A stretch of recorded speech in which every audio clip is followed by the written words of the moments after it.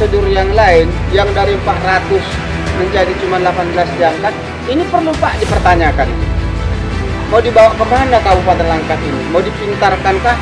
Negara pintarkah? Atau kalau misalnya ada buruh honor pun nanti bersengketa bermasalah, kita sanggup memberikan advokasi. Ada jalurnya. Tetap dia kan definisinya tadi, ada pekerjaan, ada perintah kerja, ada upah. Tapi dia adalah buruh. Iya, buruh. Tapi di sini pemerintah harus hadir. Harus hadir Pak. Kita tuntut ini harus hadir pemerintah. Itu termasuk dengan hak asasi manusia Pak.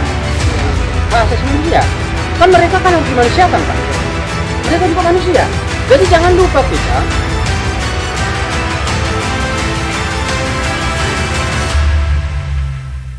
Assalamualaikum warahmatullahi wabarakatuh. Jumpa lagi kembali bersama kami di sini dalam Titik Terang Podcast. Ketika berbicara bukan hanya sekedar Bersuara. Oke, hari ini kita kedatangan tamu. Sebenarnya bukan kali ini kita undang tamu yang akan membersamai kita hari ini. Beliau pernah juga ketika acara podcast masih bercakal ya Bang. Nah, itu masih podcastnya masih media audio. Hari ini kan kita sudah beralih ke Titik Terang Podcast dengan visual juga. Nah, nama beliau Mahasyahari Nahampun SPP. Beliau ini adalah ketua dari Serikat Buruh FUKatan KSBSI Kabupaten Langkat Binjai. Nah, beliau ini merupakan aktivis perburuhan. Nah, hari ini membersamai kita. Nanti kita akan sedikit ngomong bersama Bang Nahampun. Beliau lebih akrab, populer, dikenal dan disapa dengan Bang Nahampun. Apa kabar Bang? Sehat alhamdulillah. Alhamdulillah. Nah, kemarin kan pernah kemari Bang, kita ngobrol-ngobrol kan di tempat kita persoalan buruh. Nah, sejauh mana Bang? Sejauh mana kemarin kan juga menghadirkan Bang Petrus ya kan, itu kan juga bagian dari buruh ya, yang hari ketika itu Abang bela ya seperti itu. Sejauh mana kasus itu? Oh, terima kasih. Saya sudah diundang dan juga saya menyampaikan perjalanan dan uraian dan penyelesaian kasus terhadap saudara Petrus. Saudara Petrus itu bekerja di perusahaan PT Bamindo Gra Persada yang telah memasuki usia pensiun. Namun pihak perusahaan tidak mau membayar hak-haknya sebagaimana yang diatur oleh ketentuan undang-undang. Maka tidak ada pilihan lain sesuai dengan aturan Dinas Ketenagakerjaan dan Dinas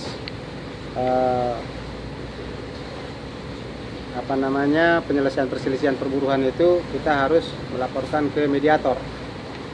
Jadi di mediator dia di HI itu artinya hubungan industrial. Kita sampaikan di sana berbentuk pengaduan. Ya alhamdulillah ketika kita sampaikan di mediator tidak ada penyelesaian. Maka kita lanjut ke Pengadilan Negeri Medan, BPHI Peradilan Hubungan Industrial Medan. Ketika sampai di sana selesai diputuskan bahwa pihak perusahaan harus membayar sesuai dengan ketentuan. Ya alhamdulillah kita berhasil memperjuangkan salah seorang dari PT Bamindo Gra Persada, yaitu namanya saudara Petrus. Berarti sudah selesai ya? Sudah selesai. Dan apalah hak dia Bang? Sudah dinikmati oleh keluarganya, ya. Sudah dinikmati keluarga. Terus Bang, ini Bang, sebelum kita beralih ke banyak yang akan kita bicarakan hari ini kan.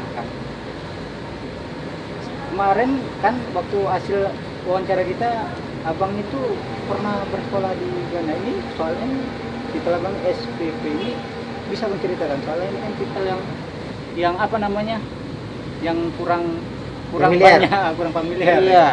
Coba sedikit Abang ceritakan. Baik, Pak Supawi, begini ceritanya. Ketika kami bergabung di Serikat Buruh, ada peluang beasiswa. Ada peluang beasiswa dari International Labour Organization. Serikat Buruh Internasional. Yang dimotori, diprakarsai oleh CNV, Christian Pandelik, Serikat Buruh Belanda. Jadi ketika kita diuji, di Bogor ada sekitar 365 orang. Yang diambil biar Pak Supawi tahu hanya 12 orang. 12 orang. Benar. Jadi dalam ujian itu sangat ketat. Termasuk dia di situ diuji tentang kemampuan kita berbahasa, kemampuan kita tentang hukum internasional, Amnesty Internasional, dan juga khususnya di bidang perburuhan. Basicnya memang dasarnya perburuhan, tetapi tidak terlepas tentang undang-undang hukum internasional. Kenapa begitu? Saya ceritakan sedikit. Di zaman Orde Baru itu kita tidak bisa leluasa untuk berangkat ke luar negeri, apalagi seorang aktivis, Apalagi buruh ya. ya. Jadi kami sebagai pejuang buruh yang mewakili daerah hukum Langkat dan Binjai, saya berangkat ke Jakarta di tahun 95. Terus dilakukan seleksi. Gelombang pertama gugur separuh dari 365. Gelombang kedua gugur lagi sekitar 50 orang. Gelombang ketiga dinyatakan luluslah 12 orang. Alhamdulillah diantaranya saya satu, begitu. Itu se-Sumatera atau Se-Indonesia. Pada saat itu masih 27 provinsi. Silakan. Oh ya, informasi kita masih di Panembahan. Panembahan ini adalah sebuah restoran yang sangat ringan, lesehan, yang recommended. Jadi kalau teman-teman lewat lintas di jalan Sumatera, Terima kasih, Mbak. tempatnya di Kecamatan Kinai, pas di pinggir jalan. Singgah sebentar, sekejap, nikmati hidangan-hidangan apa ini menu favoritnya? Gulai kepala ikan. Gulai kepala ikan. So recommended. Silakan kemari. Minum, Bang. Oke. Jadi Salam berdoa. kita lanjutkan singkat aja ya profil apa sejarah iya, historisnya. Ketika kami sudah dinyatakan lulus ke sana, diberangkatkanlah kami dari Jakarta, transit di Singapura, dan dari Singapura terbang ke Amsterdam. Transit ya. Ya, transit dulu di Singapura. Jadi singkat cerita kita menimba ilmu di sana hanya untuk Indonesia. Iya. Nah, jadi yang menjadi terkesan bagi saya, begitu kami lulus diuji di lapangan, langsung dari perusahaan terbesar Eropa yang bernama Heineken, pabrik bir, langsung meminta saya untuk bekerja di sana. Tapi karena begitu cintanya terhadap Indonesia dan karena perjuangan masih di sini dimulai, ya saya memilih untuk kembali ke Indonesia. Nah, jadi sampai di Indonesia saya dirikan kantor DPC, Dewan Pengurus Cabang SBC pada waktu itu di Jalan Soekarno-Hatta, Binjai. Tantangan masih banyak zaman Orde Baru, bahkan pelang kita pun diturunkan oleh polisi, tentara, dan dinas tenaga kerja pada saat itu. Tapi kita tidak luntur, tidak mundur, setapak pun kita tetap berjuang sampai titik terakhir bergulirlah tahun 98 reformasi. Kita ikut di sana. Kita bahagia reformasi sebenarnya, petisi 98 dari Kabupaten Langkat. Nah, jadi sebagai saksi sejarah kelak, menurut saya kenapa saya memilih pulang ke Indonesia, harus ada kepastian hukum untuk anak cucu kita ke depan. Jika tidak ada yang berjuang, jika tidak kita yang memperbaiki, siapa lagi? Oleh karena itu, walaupun ditawarkan di Heineken, perusahaan bir terbesar di Eropa, gaji besar, tapi saya tetap memilih untuk kembali ke kampung halaman di Stabat ataupun di Langkat untuk berjuang di sini bersama-sama rekan-rekan, bersama-sama teman-teman mahasiswa, teman-teman buruh, untuk ada perubahan. Begitu kisahnya, kenapa saya harus berangkat menimba ilmu ke kincir angin sana atau Belanda sana, dan saya juga belajar tentang bagaimana mengadvokasi diri sendiri mengalahkan emosional dan membangun komunikasi aktif berdasarkan dialog sosial. Jadi semuanya masalah itu kalau kita dialogkan, baik itu misalnya bermasalah dengan pengusaha, buruh dengan pengusaha, kalau kita bangun, kita hidupkan dialog di sana, mudah-mudahan win-win solutionnya akan kita temukan. Jadi kedepankan dialog daripada frontal. Ya, kita kedepankan dialog. Karena menyelesaikan sesuatu, kekerasan itu tidaklah jaminan. Kekerasan tidak menyelesaikan masalah. Itu prinsip dasar kita untuk mencari win-win solution, jalan keluar atau jalan-jalan yang terbaik agar tidak ada pihak-pihak yang dikorbankan. Kita juga sebagai aktivis buruh di Kabupaten Langkat Binjai ini tetap mengedepankan perundingan untuk menghindari untuk menghindari terjadinya pemutusan hubungan kerja. Jika terjadi pemutusan hubungan kerja, maka timbul lagi pengangguran yang baru. Maka akan mendapat tantangan besar bagi keamanan daerah ataupun ketertiban masyarakat. Tingginya tingkat pengangguran di dalam satu daerah, maka dengan demikian juga tingginya tingkat kriminalitas di daerah itu. Maka kita sebagai aktivis buruh, kita sebagai pembina, pembimbing, pengarah dan memberikan pembekalan terhadap buruh, kita upayakan, kita kedepankan selalu dialog sosial. Kita prioritaskan dialog sosial untuk menyelesaikan segala masalah, hak dan kepentingan di dalam perusahaan kita rundingkan secara bersama-sama. Begitu kira-kira Pak Supaya. Berarti beliau ini Kang termasuk aktivis 98. Akan kan juga masuk ke situ. Berarti senior lah, termasuk senior itu. Ya, senior. Ya, sama-sama. Terlibat. Mungkin terlibatnya mungkin di sisi-sisi yang lain gitu kan. Di persoalan-persoalan yang lain. Jadi permasalahan buruh di Kabupaten Langkat ini setelah era reformasi ini sudah lebih bebas untuk mengadvokasi, ya kan Bang? Benar. Nah itu dia. Lalu sengketa-sengketa perburuhan yang terjadi pada hari ini itu mungkin didasarkan kepada bagaimana menjadikan buruh itu benar-benar sejahtera, kan itu ya Bang? Situasinya seperti itu. Banyak permasalahan-permasalahan mungkin sengketa industri, dan ada permasalahan-permasalahan yang hari ini mungkin masih mengambang dalam persoalan. Jadi mungkin inilah tugasnya Bang Ampun ini untuk mengadvokasi persoalan-persoalan perburuhan, kan gitu dia. Kalau buruh sejahtera, kan gitu dia, negara ini pasti maju, kan gitu. Betul. Itu dia. Ya kan Bang? Iya benar, sangat benar, nggak bisa dipungkiri. Karena parameter dalam suatu negara yang maju dan berkembang itu adalah bila tingkat kesejahteraan rakyat masyarakatnya itu terpenuhi. Negara yang bisa dikatakan tidak aman dan tidak maju jika tingkat penganggurannya tinggi dan lapangan kerjanya tidak tersedia, sehingga tingkat kriminalitas banyak sekali di negara-negara tersebut. Indonesia adalah salah satu negara yang baru berkembang, yang berpenduduk sekitar 270 juta jiwa kurang lebih. Inilah yang mau kita dorong pemerintah keterlibatan aktif dia untuk membuka lapangan kerja, untuk menekan, meminimalisir tingkat pengangguran, sekaligus dia menekan, mengurangi tingkat kejahatan. Oleh karena itu tadi disinggung Bapak soal masalah advokasi sebelum reformasi dan setelah reformasi.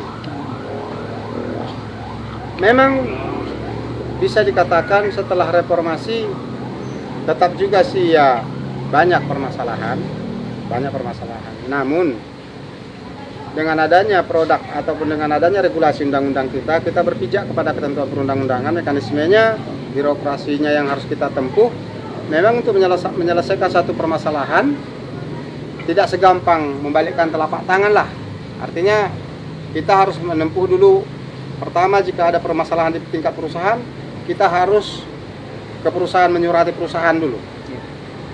Kita surati perusahaan untuk bernegosiasi, untuk membicarakan hal-hal yang muncul, misalnya terjadi pemutusan hubungan kerja. Kita bicara tentang pengusaha bagaimana kalau memang tidak lagi bisa dipekerjakan kembali, bagaimana kompensasinya atau berapa uang pesangonnya, itulah yang harus kita perjuangkan, kita advokasi. Tapi bila mana misalnya di tingkat perusahaan, karena kan bisa dikatakan hampir rata-rata pengusaha tadi tidak mau membayar hak buruh itu di tingkat perusahaan. Selalu mereka itu akan masuk ke tingkat banding ke Dinas Tenaga Kerja. Jadi kalau kita menemui jalan buntu di tingkat perusahaan, di partit namanya, maka kita akan masuk ke mediator di kantor Dinas Tenaga Kerja setempat. Jika di kantor Dinas Tenaga Kerja setempat tidak juga ada kesepakatan, maka kita menunggu sidang pertama, kedua, ketiga. Setelah itu maka muncullah yang namanya surat anjuran dari mediator Dinas Ketenagakerjaan setempat, atau kita katakan kalau di Kabupaten Langkat ini dari Stabat. Ketika juga itu dianjurkan salah satu pihak atau pihak pengusaha untuk membayar uang pesangon, pihak pengusaha tetap menolak, tidak siap membayar atau tidak mau tunduk kepada anjuran pemerintah lewat Dinas Tenaga Kerja, maka kita tempuh lagi jalurnya ke tingkat yang lebih tinggi, itulah namanya Peradilan Hubungan Industrial PHI, itu di tingkat provinsi di Medan. Nah, ketika di sana kita daftarkan gugatan. Setelah kita daftarkan gugatan, prosesnya dipanggil, disidangkan oleh panitra dan hakim ad hoc-nya. Nah, ketika nanti di ruang pengadilan dimintalah segala sesuatunya, bukti-bukti, alat bukti yang cukup, saksi-saksi yang cukup, maka hakim akan memutuskan. Dan ketika diputuskan oleh hakim berkekuatan hukum tetap, maka kita akan terima itu dan juga dikirimkan kepada pihak perusahaan. Tapi jika perusahaan tetap tidak mau menerima putusan hakim ad hoc tersebut atau PHI, mereka banding, maka kita tetap akan ikuti. Mereka banding ke Mahkamah Agung, kita akan tetap ikuti sampai kasus ini tuntas. Sampai tuntas. Ya. Sejauh ini sampai di mana batas terakhir yang sudah Abang advokasi? Alhamdulillah, setelah sampai ke Pengadilan Hubungan Industrial, kasus yang kita tangani baru satu yang banding ke Mahkamah Agung. Yang lainnya yang hampir 99% selesai di tingkat Pengadilan Hubungan Industrial, Pengadilan Negeri Medan. Ya. Jadi di tahun 2012 ada itu yang udah putusan dari Mahkamah Agung, bahkan kita eksekusi. Perusahaannya kita eksekusi. Objek yang kita eksekusi adalah milik perusahaan, agar tidak error eksekusi atau miseksekusi, salah eksekusi kita Pak, nggak bisa. Jadi harus kita teliti dulu itu milik perusahaan, aset perusahaan apa tidak. Nah, disitulah kita kadang-kadang harus jeli, harus memang sangat-sangat teliti dan meminta informasi apakah itu aset perusahaan yang benar atau tidak. Jadi memang sangat sulit, memang kadang-kadang kita hadapi di lapangan jika misalnya masuk ke tingkat eksekusi, yang kita eksekusi tidak sejajar sebanding dengan nilai nominal yang kita eksekusi, itu juga kesulitan bagi kita Pak. Ya, harus ditimbang-timbang. Iya Pak, harus dia berimbang, atau setidak-tidaknya kita eksekusi misalnya 100 juta Pak. Ya. Jadi harga barang yang mau kita eksekusi ini 500 juta nggak cocok Pak. Jadi yang cocok, yang nilainya 150 juta, yang mendekat-dekat dengan 100 juta, itulah yang kita tawarkan, benda barang yang mau dieksekusi, baru nanti turun dari jurusita dari Pengadilan Negeri Medan. Ya, jurusitanya itu mengeksekusi itu barang, dan nanti itu dipoto, dan setelah dipoto dibuat berita acara bahwa barang yang sudah dipoto itu sudah dikuasai oleh negara dan tidak boleh diperjualbelikan oleh pihak perusahaan lagi, karena ini sudah disita jaminan oleh negara. Setelah itu Pak, nanti pihak pengadilan memasukkan ke koran atau ke media massa 1, 2, 3 kali diumumkan itu dijual itu barang. Dilelang ya? Dilelang. Nah, begitu Pak prosesnya. Setelah habis itu diumumkan di publik 3 kali, baru siapa yang mau beli, dibelilah misalnya harga yang 150 juta tadi, dibelinya lah 120 juta contohnya Pak. 100 juta diambil ke buruh, 20 juta dikembalikan kepada perusahaan. Begitu dia mekanismenya. Proses kan Bang? Ya. Kan yang Abang sebutkan itu proses. Proses. ini kadang nih kan pernah juga kita dengar kadang-kadang nanti di proses perjalanan advokasi itu kan ada juga nanti cinta-cinta di perusahaan. Ya, jangan abang pernah kena cinta-cinta ya? Oh iya, iya kan? Kadang-kadang ada juga pernah juga saya lihat ada yang ketua buruh ini pakai mobil dia ya kan, hasil dari eksekusi sama pengusaha. ya. Itu pernah nggak kita tawarkan? Kalau tawaran itu banyak itu Pak Supawi, banyak Pak.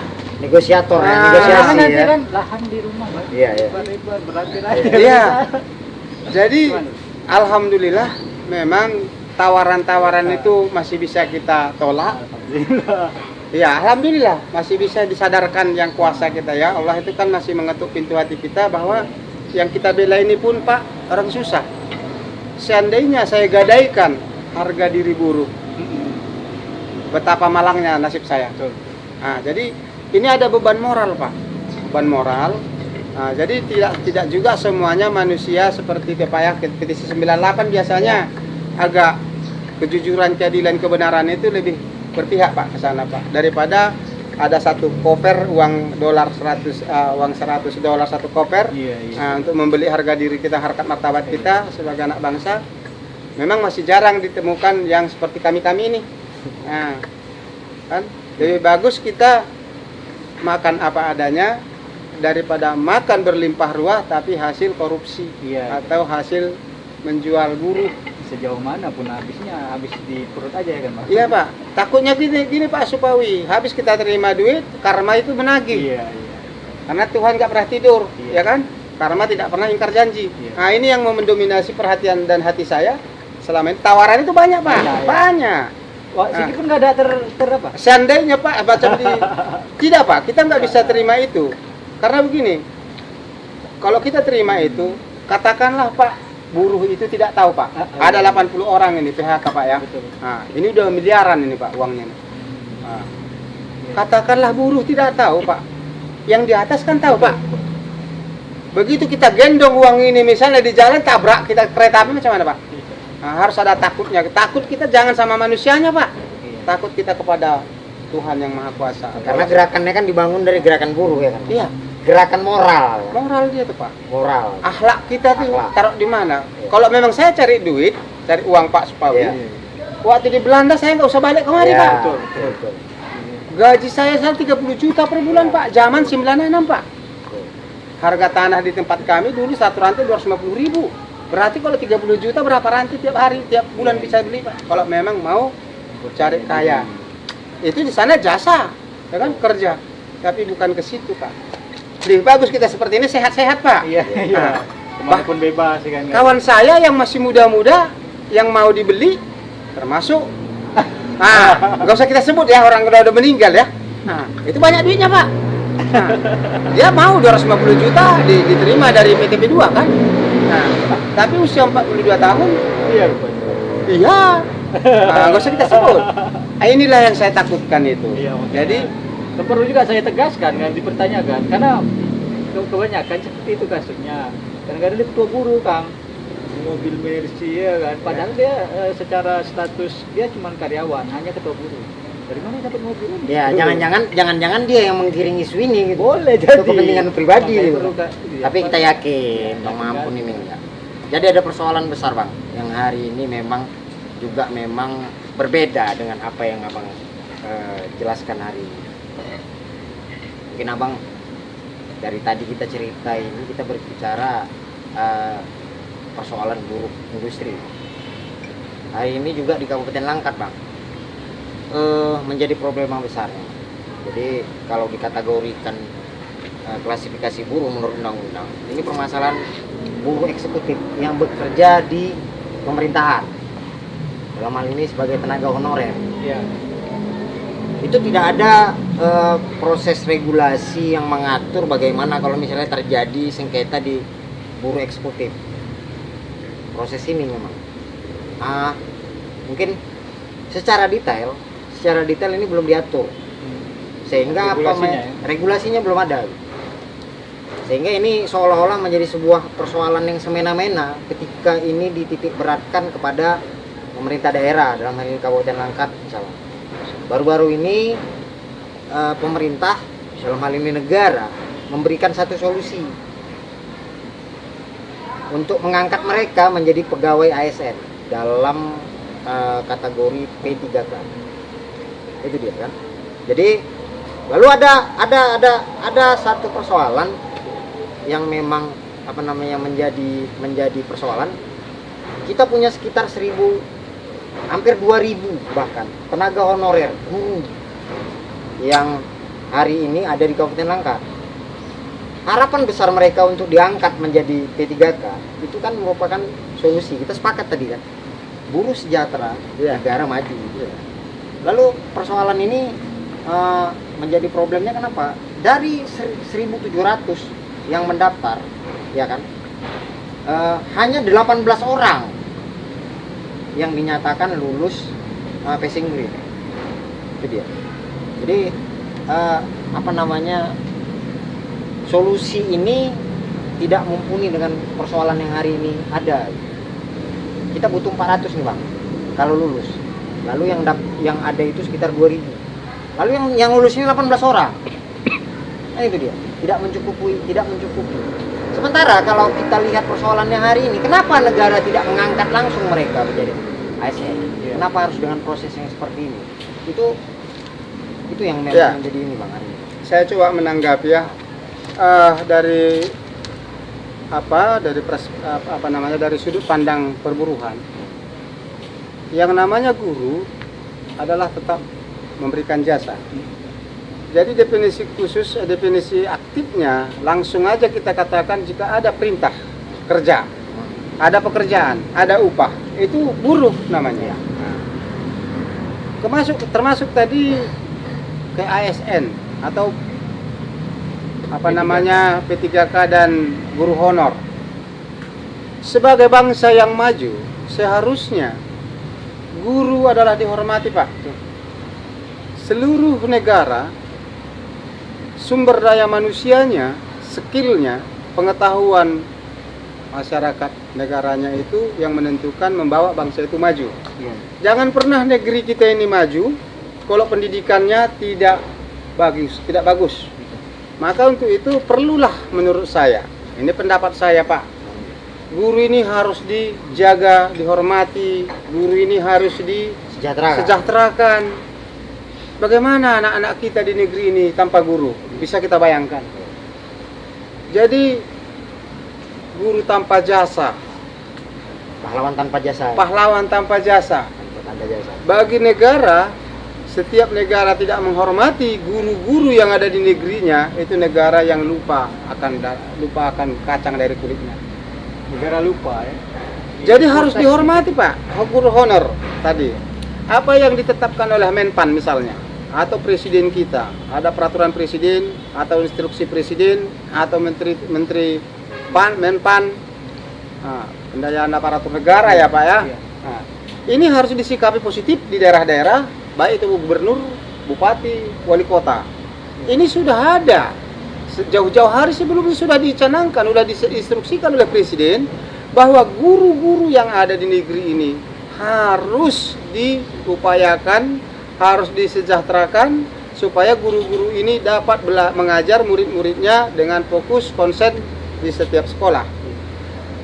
Saya teringat ini Pak Supawi tentang terkait dengan guru yang Bapak tanyakan. Guru-guru yang di pedalaman, di pedesaan. Kenapa guru-guru itu dulu tidak mau ditempatkan di desa-desa? Oleh karena guru ini gajinya dulu murah. Maka dengan itu kebijakan Presiden Megawati dan Gus Dur dinaikkan 100% gaji guru. Nah, supaya bisa terjangkau daerah-daerah terisolir, daerah-daerah terpencil, bisa di sana hadir guru-guru yang siap memperjuangkan mendidik anak-anak bangsa ini. Jadi mengingat tadi di sini ada bahkan ribuan guru yang ada di Kabupaten Langkat, guru honor, tidak terakomodir guru-guru honor ini tadi. Bahkan ada tanda kutip ujian prosedur-prosedur yang lain yang dari 400 menjadi cuma 18 diangkat. Ini perlu Pak dipertanyakan ini. Mau dibawa kemana Kabupaten Langkat ini? Mau dipintarkankah? Negara pintarkah? Atau Indonesia ini atau Kabupaten Langkat ini lari di tempat, akan bahkan mundur dari dunia pendidikan. Ini perlu kita Pak, perlu perhatian serius ini. perlu perhatian serius. Guru itu adalah prioritas untuk mengangkat derajat bangsa, mengangkat pengetahuan sumber daya manusia di seluruh negeri, khususnya Kabupaten Langkat ini. Guru itu harus dihormati, harus disejahterakan. Dengan kata lain, Bang, tidak ada regulasi yang mengatur tentang sengketa buruh eksekutif ini ya, sampai dengan hari ini. Tidak ada. Tidak ada ya. Kalau misalnya ada buruh honor pun nanti bersengketa bermasalah, kita sanggup memberikan advokasi. Ada jalurnya. Ada jalurnya. Tetap dia kan definisinya tadi, ada pekerjaan, ada perintah kerja, ada upah. Tetap juga dia adalah buruh. Iya, buruh. Siapa yang mau kita gugat? Mungkin di Menpan dan jajarannya. Nah, Dinas Pendidikan dan Pengajaran. Cuma tadi saya tertarik dengan yang abang bilang tadi, karena akan harus ditanggapi oleh pemerintah daerah kan, secara teknis. Artinya kan memang kebijakan itu kan terpulang ke pemerintah daerah. Mengenai ambang batas pun termasuk juga. Termasuk Pak. Itu termasuk terkait dengan itu termasuk dengan hak asasi manusia Pak. Iya betul. Hak asasi manusia. Kan mereka kan harus dimanusiakan Pak. Betul. Mereka juga manusia. Jadi jangan lupa kita, jika ada penelantaran, Penelataran hak para guru honor ini bisa kita lakukan advokasi, bisa kita lakukan. Di perburuan itu jalurnya apa? Kalau di Dinas Pendidikan dan Pengajaran ini kita kan masuk ke dinas. Di sini masuk ke bupati, gubernur dan menteri. Tapi di sini pemerintah harus hadir Pak. Kita tuntut ini harus hadir pemerintah.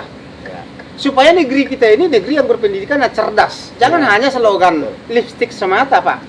Nah, kalau hanya lipstick semata, hanya cerdas, tapi gurunya tidak makan, tidak disejahterakan. Makanya jangan heran Bapak, guru misalnya di SMA Negeri 1 ini, nah udah, nanti dia tidak masuk, dia ngajar di swasta. Kenapa bisa begini terjadi? Ini sering terjadi Pak. Ya, sering. Ini hasil investigasi kami tentang keguruan. Sering terjadi di Medan atau di Langkat atau di Binjai. Ngajar di tempat lain, nanti guru tempat dia tetapnya, di mana dia guru tetapnya itu ditinggalin, dia cari nambah tambahan. Dan inilah menjadi konsennya Pak Jokowi dulu, supaya guru-guru itu harus disejahterakan. Itu konsennya dulu. Nah, itu kita terkait dengan topik kita tentang guru ya. Agar fokus dia mengajar anak didik ini tadi, agar fokus dia mengajar supaya tidak lagi pergi ke sana mencari tambahan uang, pergi mengajar sana tambahan uang. Nah, inilah dasar pemikiran Pak Presiden untuk guru-guru itu harus disejahterakan, harus diberikan hidup yang layak, sejahtera sebagai pengajar, sebagai guru, sebagai fondasi memajukan anak-anak bangsa. Itu kira-kira. Dasarnya harus diakomodir haknya ini ya. Benar Pak, benar. Walaupun nanti memang udah diatur kemarin itu waktu episode sebelumnya memang kami hadirkan sekretaris forum guru honor Pak. Jadi membahas terkait persoalan ini. Ada memang beberapa regulasi yang menetapkan untuk pengangkatan seleksi ini, itulah karena terlalu tinggi ambang batasnya, jadi mereka keberatan dan memohon supaya diberikan semacam afirmasi di dalam Menpan itu memang udah diapain. Artinya kan sesuai dengan yang abang bilang tadi, tetap juga pemerintah daerah melalui kebijakan-kebijakannya juga harus mengakomodir ini. Benar. Biar entah bagaimana caranya untuk menurunkan poin-poin itu kan gitu. Kalau menurut abang lah dalam perspektif guru nanti, kira-kira nanti misalnya aliansi guru honor ini mengadakan mediasi kan bisa terjadi, karena kita akan mereka akan dari segala lini ya akan meminta perlindungan mungkin seperti itu. Kira-kira bersedia nggak nanti Bang untuk membela hak buruh eksekutif ini? Pada prinsipnya di mana buruh bermasalah di situ kami hadir. Jadi negara harus hadir juga di dalam saat-saat seperti ini. Negara perpanjangan tangan presiden itu, menterinya, gubernurnya, bupatinya, wali kota daerah, termasuk bupati pemerintah daerah. Jadi begini Pak Supawi, disinilah yang termasuk dulu yang kami perjuangkan sama Bapak ini, law enforcement, good governance dan anti KKN itu. Jadi good governance itu adalah pemerintahan yang bersih. Pemerintahan yang bersih, birokrasinya jangan lagi bertele-tele. Mulai dari presiden sampai ke kepala daerah, sampai kepala dusun. Terus kemudian penegakan hukumnya itu law enforcement. Law enforcement itu penegakan hukum yang berkeadilan. Nah, jadi di sini masuk kita ke sisi pemerintahan. alangkah naifnya jika guru di negeri ini tidak disejahterakan, guru ditelantarkan, guru dijolimi. Lalu jawabannya apa? Mau kemana bangsa ini? Iya.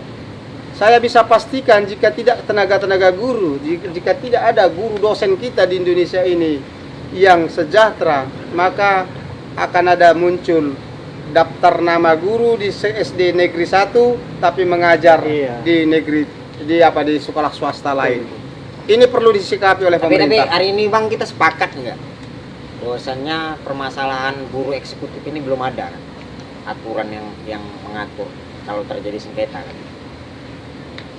Karena dia berbentuk Menpan, karena dia berbentuk ASN, Iya. karena dia berbentuk peraturan aturan sendiri. pemerintah, Iya. maka di jalur pemerintah itulah aturannya. Ya, Maka kan kita kejar, kita lihat aturan regulasi-regulasi yang ada yang dikeluarkan oleh Menpan, itulah acuan kita nanti Ya. untuk melakukan koreksi Ya, ke betul. pemerintah daerah. Karena gini Bang, jangan semena-mena negara ini memandang persoalan ini. Kalau dulu diangkat menjadi pegawai negeri, Iya. lalu dengan kondisi yang notabene kita bilang tanda kutip keadaan negara ini seperti apa, lalu enak saja kepala negara membilang angkat mereka sebagai P3K. Iya. Setelah ini apa lagi? Ini Sebenarnya kan sudah ada persoalan-persoalan ini. diatur dalam Undang-Undang Nomor 14 tahun Iya. 2005 itu kan tentang guru dan dosen, 74 nomor 74 tahun 2008 itu tentang guru dan dosen. Itu nanti bisa kita apa tuh namanya, kita analisis bagaimana mengakomodir guru-guru non PNS ini ya, biar apa namanya, biar kita benar-benar bisa menyikapi suara-suara honor ini. Ya. Kemudian terakhir nih mungkin ya, berapa ini mungkin kata-kata closing statement dulu Pak. Kayaknya udah cukup ya waktu. Oke. Jadi begini, Minum dulu Bang. ya, saya mau menyampaikan apa yang disebutkan dalam Undang-Undang Dasar 45 itu kan. Iya, iya. Setiap warga negara mempunyai hak yang sama. Ya, itu perlu dicatat. Setiap warga negara memiliki hak yang sama, baik itu di mata hukum, baik itu di dalam negara sendiri, baik itu buruh honor, baik itu ASN, baik itu buruh, siapapun dia. Layak dan wajib diperhatikan kehidupannya. Wajib mendapat kehidupan yang layak. Ya. Khususnya guru, Bapak. Guru. Ini martel kita, Pak, untuk membawa bangsa ini mau kemana. Jika anak-anak kita ini bodoh, mau di mana bangsa ini? Siapa generasi kita ke depan? Jadi harapan saya, mari kita sama-sama berjuang. Mari kita sama-sama menyampaikan aspirasi kita melalui pemerintah daerah Kabupaten Langkat, melalui Kepala Dinas Pengajaran dan Pendidikan yang ada di Kabupaten Langkat ini. Saya pikir itu yang bisa saya sampaikan. Siap. Assalamualaikum warahmatullahi wabarakatuh. Salam sejahtera bagi kita semua. Terima kasih. Oke, itu tadi ngobrol-ngobrol kami. Mungkin sebagai penutup, Akang, bagaimana menyikapi dialog hari ini? Kayaknya seru gitu. Sebelumnya kita ucapin terima kasih nih buat Desa Penambahan. Ini sudah menyiapkan tempat yang bisa untuk tempat santai, ngopi, ya kan, diskusi santai di sini. Jadi kalau memang nanti ada rencana untuk tempat santai, datang ke Desa Penambahan di Jalan Medan Banda Aceh, Kecamatan Hinai. Jadi permasalahan buruh adalah permasalahan tingkat kesejahteraan hari ini. Ketika kita berbicara tupoksi seorang guru, ada sebuah moral yang tertanam pada mereka bahwasanya negara ini bisa maju, negara ini bisa sukses, bisa kaya dan bisa segalanya, harus mensejahterakan guru. Ya. Sepakat. Itu dia. Mudah-mudahan dengan 2 episode yang kita hadirkan, titik terang hadirkan pada kesempatan kali ini, mungkin bisa menjadi sebuah perbandingan opini yang Iya. bisa menjadi advokasi buat memperjuangkan nasib guru honorer yang jumlahnya sangat banyak di Kabupaten Langkat pada hari ini. Ya. Terima kasih. Baik, itu tadi kita berada di Titik Terang Podcast. Ketika bicara bukan hanya sekedar Berbicara. terima kasih. Assalamualaikum warahmatullahi wabarakatuh. Wabarakatuh.